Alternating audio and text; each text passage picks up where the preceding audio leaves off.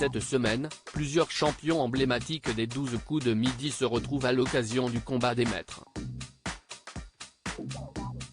Parmi eux, Timothée, l'un des plus grands maîtres de midi éliminé en 2017.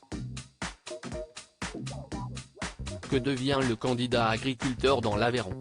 En 13 années de diffusion, les 12 coups de midi est devenu l'un des rendez-vous quotidiens les plus populaires du petit écran. À l'heure du déjeuner, des millions de Français retrouvent l'incontournable Jean-Luc Reichmann accompagné de 4 candidats venus s'affronter dans l'espoir de briguer le prestigieux titre de maître de midi. Avec de solides connaissances, certains y sont parvenus. Parmi eux, la championne de midi Céline, le champion indétrôné, Bruno Ourcade et son second à la tête de 199 participations, Eric.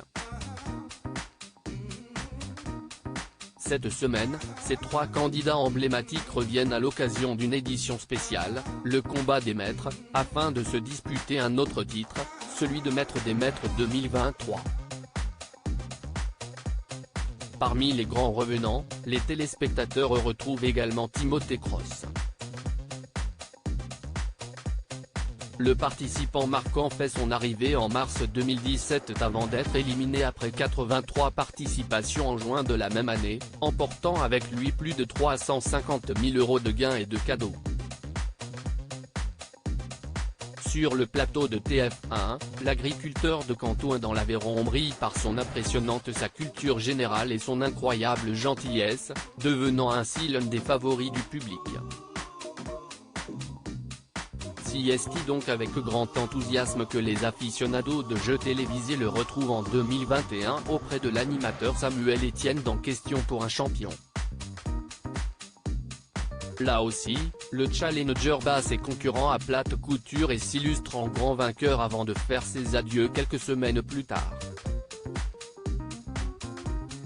Un champion serein depuis, le 9e plus grand champion des 12 coups de midi a déjà fait son grand retour dans l'émission lors du combat des maîtres en 2021.